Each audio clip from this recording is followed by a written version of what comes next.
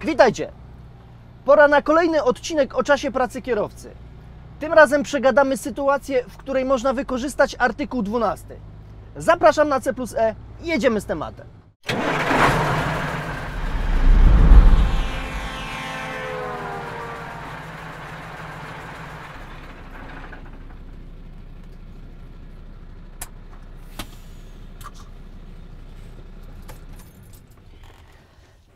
Normy, które regulują czas pracy kierowcy zawodowego, są dość zawiłe. Mogliście się o tym przekonać, oglądając wcześniejsze odcinki z tej serii. Zawód kierowcy jest do tego mocno nieprzewidywalny i to, co nas czeka na trasie, może niejednokrotnie nas zaskoczyć. Dlatego też zdarza się, że mimo szczerych chęci nie udaje się przestrzegać zasad, które narzuca na nas ustawodawca. To jeden z dokumentów, który reguluje czas pracy kierowców.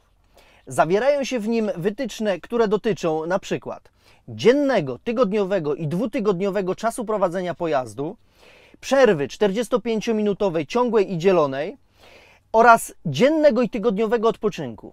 Te zagadnienia regulują głównie artykuły od 6 do 9. Dla zainteresowanych pełną treść rozporządzenia zamieszczam w opisie pod filmem.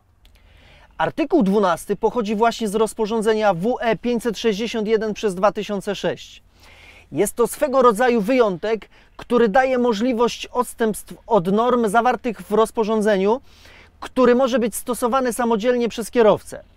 Jego prawidłowe zastosowanie daje możliwość uniknięcia kary za przekroczenie norm. Tak to wygląda w całości. Dam Wam chwilę, żebyście się z nim oswoili. I teraz tak, co tu jest najważniejsze?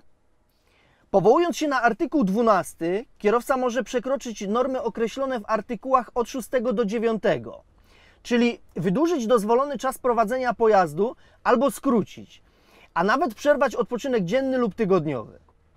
Ale pod warunkiem, że odstępstwo od norm nie zagraża bezpieczeństwu na drodze. To musi być racjonalne, bo ciężko za bezpieczne uznać przekroczenie czasu prowadzenia o dodatkowe 4 godziny. Odstępstwo od norm musi też umożliwiać Wam dotarcie do bezpiecznego miejsca postoju, czyli zasłanianie się artykułem 12 w sytuacji, gdy mieliście możliwość parkowania, może nie przekonać inspektora. Samo przekroczenie przepisów musi być też spowodowane względami bezpieczeństwa osób, pojazdu lub ładunku. Do tego macie obowiązek, by sformułować uzasadnienie przekroczenia norm i musi ono zawierać informacje dotyczące naruszenia, a także mieć wiarygodny dla inspektora powód. Mogą to być na przykład korek, wypadek, złe warunki na drodze, objazd lub brak miejsca na parkingu. Ważne, by powód był niespodziewany i niełatwy do wcześniejszego przewidzenia. Korek spowodowany wypadkiem jest dobrym powodem do powołania się na artykuł 12. Ale już korek wywołany remontem mostu, który trwa od miesiąca, można było wcześniej przewidzieć. Rozumiecie, o co chodzi?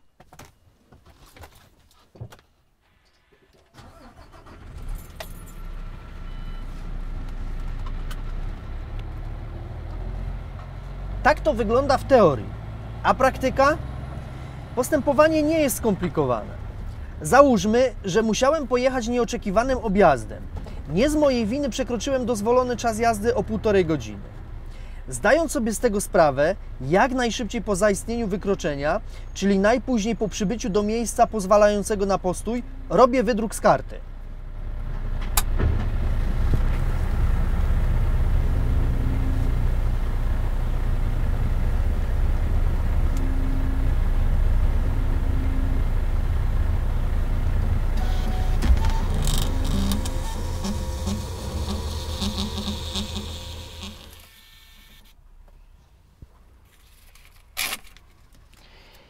Na nim są informacje dotyczące mojego przekroczenia.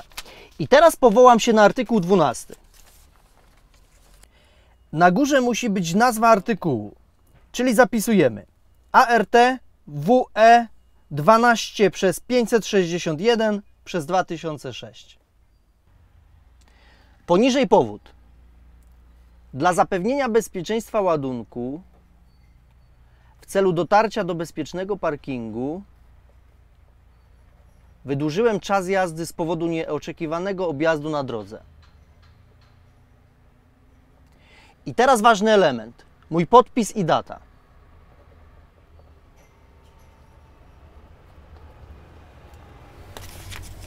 To jest ważny dokument, który w razie kontroli umożliwi mi powołanie się na artykuł 12. Tak opisany wydruk należy mieć ze sobą przez minimum 28 dni, bo tyle dni wstecz inspekcja sprawdza poczynania kierowców.